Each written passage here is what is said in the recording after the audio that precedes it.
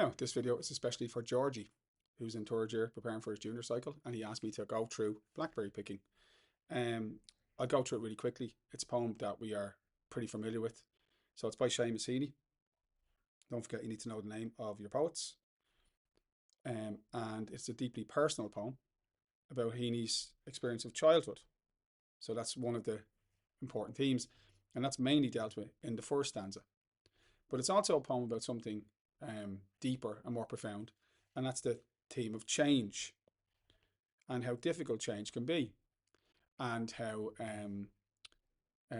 nothing is permanent. So the poem is a narrative poem. So that means that Heaney explores his themes through storytelling. It has a very distinctive setting. And the setting is, rural County Derry during the period of the poet's childhood. And specifically, it's late August. And he describes how he went and picked blackberries and really enjoyed it. And there's this sense in the first stanza of exuberance.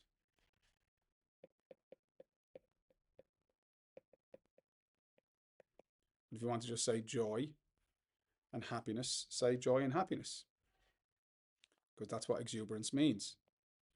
And as a poem that you're thinking about the poetry of language, it's a brilliant poem.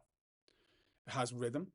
There's rhyming, sun, ripen, clot, not, sweet, it, all the way through. There's end line rhyming, so A, A, B, B, C, C, all the way through.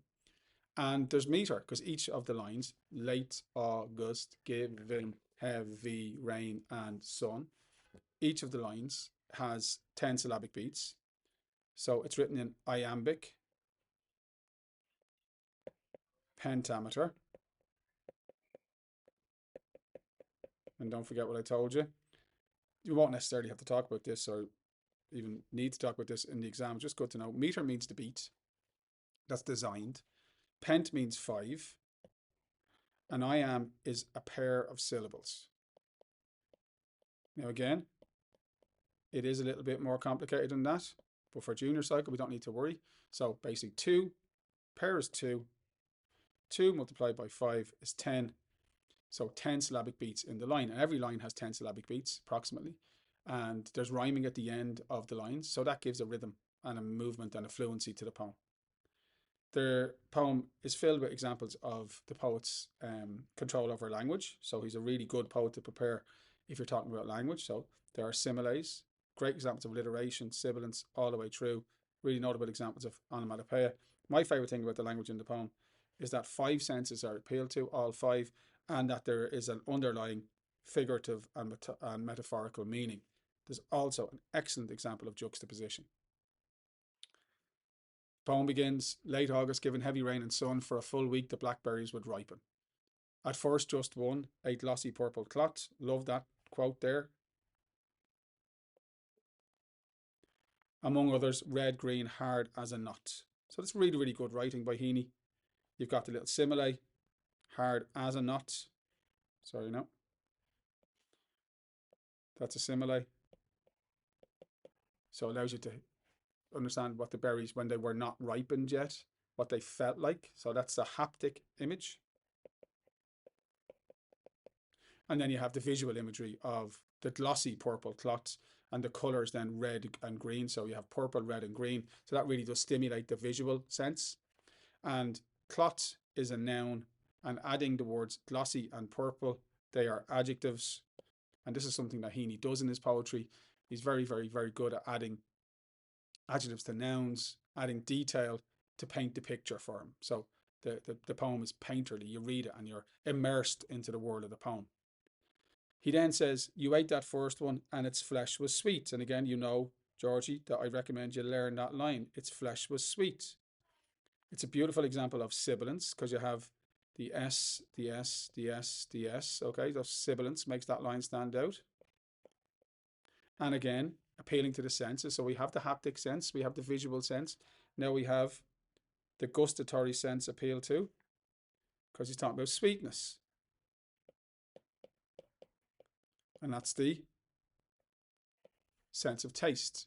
So he's really, really, really creating a substantial sense of the experience for the reader. And there's no doubt he was really happy when he was a kid eating these berries. They were sweet. You know, he says they were like thickened wine. He says summer's blood was in it, which basically means that that was when the summer really came alive when the blackberry picking season came in, leaving stains upon the tongue, and I love, and lust for picking. And we know what lust is. Lust is desire. So you really, really, really want something. And the more you have of it, the more you want. And that's how he felt about the berries. He loved the flavour of them. He loved going out picking them. He loved the taste. He loved to eat them. And he wanted more. He describes how, as a child, you use your imagination to try and solve problems. Then red ones inked up, and that hunger sent us out with milk cans, pea tins, jam pots where briars scratched and wet grass bleached our boots. You know I love that quote. It's a brilliant example of Heaney's use of imagery. So we have scratched, which is an example of, sorry, no, scratched, which is an example of onomatopoeia.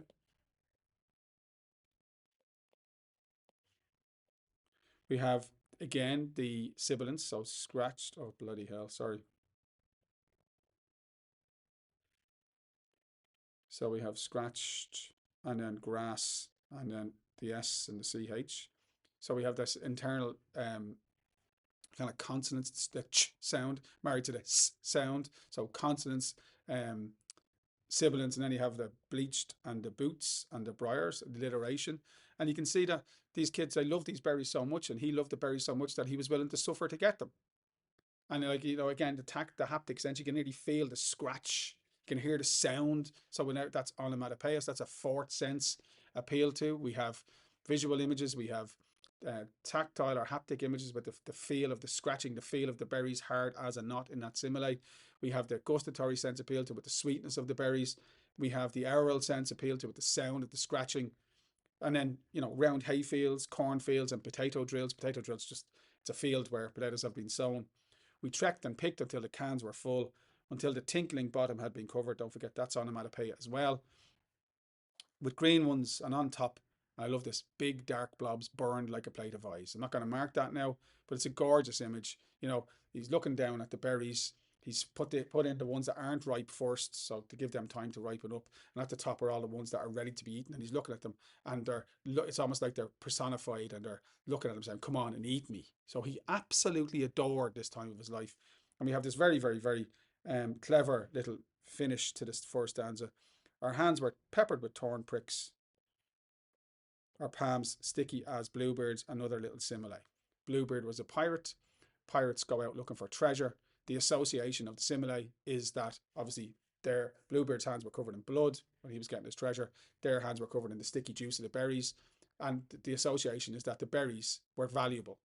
Not valuable in a monetary sense, but valuable in a sense of experience of life, of just being happy.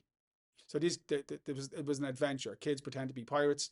They went out. They had the freedom of this rural landscape. They roamed around, around hayfields, cornfields, potato drills. They brought whatever vessel they could to collect the berries, milk cans, pea tins, jam pots, because they were so delicious. It's a celebration of childhood. But of course, it all changes in the second stanza. Because in the second stanza, he tells us, when we hoarded the fresh berries in the byre, and the byre's like a barn. But when the bat, and they used it like a feeding trough, when the bat was filled, and again, this is a gorgeous line, when the bat was filled, we found a rat grey fungus glutting on our cash. Again, you can see the alliteration of the F, found, filled, for, fungus. I love the compound word, rat grey. And you can see the mood has completely changed now. So the berries are starting to go off, because that's what they do. Berries, like all fruit, like all living organ, as soon as you pull it off the branch is what's keeping it alive, because it's connected to the roots. As soon as you pull the berry off the branch, it begins to decay, because you've effectively killed it. Okay?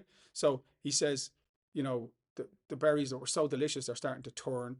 And then he appeals to the fifth sense. Remember I said 5 senses? The fifth sense is the olfactory sense, the sense of smell. And that's why he refers to the juice being stinking.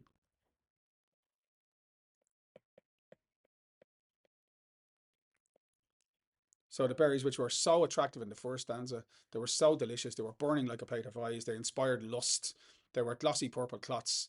You know, they were sweet. All is changed. The fruit from once off the bush, the fruit fermented, and we have the best line in the whole poem: "The sweet flesh would turn sour," and that's your example of juxtaposition, where something which was once sweet turns sour. So things don't stay the same. Good times don't last forever. Life is a challenge. There is an end point to everything. That awareness of time and change is there in the poem. And of course, you realize then that the whole poem works as a metaphor, as I said, figurative language. And that there is for you to think about the idea of symbolism. You know that that means equality, that means addition, that means happiness. That's the idea of eight. In our modern numerals, that's the idea of eight to the Romans. So these are all symbols that represent ideas. And the berries rotting in the bath, and the sweet flesh turning sour, and the juice becoming stinking. These are symbols of disappointment. That when you there are good times in life, but they don't last. Everything is subject to change. That's hard to accept, especially when you're a child and you're just enjoying living life, living in the moment. I always felt like crying. It wasn't fair that all the lovely canfuls smelt of rots. Each year I hoped they'd keep, knew they would not. I loved those three words, it wasn't fair, because that's life, isn't it? That's about growing up. And if you're thinking about this poem and how you can think about hope, well, the berries, the poem kind of ends on a note of despair, but don't forget he says each year, because what if the berries, once they're collected, they begin to go off and they rot? Well, next year they're going to grow again, and it'll be glossy purple clots, and the flesh will be sweet again, and the process will start again. So the poem is a metaphor. It is a narrative that tells a real childhood story, but it's also a metaphor that represents the reality of life, that there are good times in life and there are bad times in life. And life is, I'm going to use a big word here, so apologies for using it. Life is cyclical.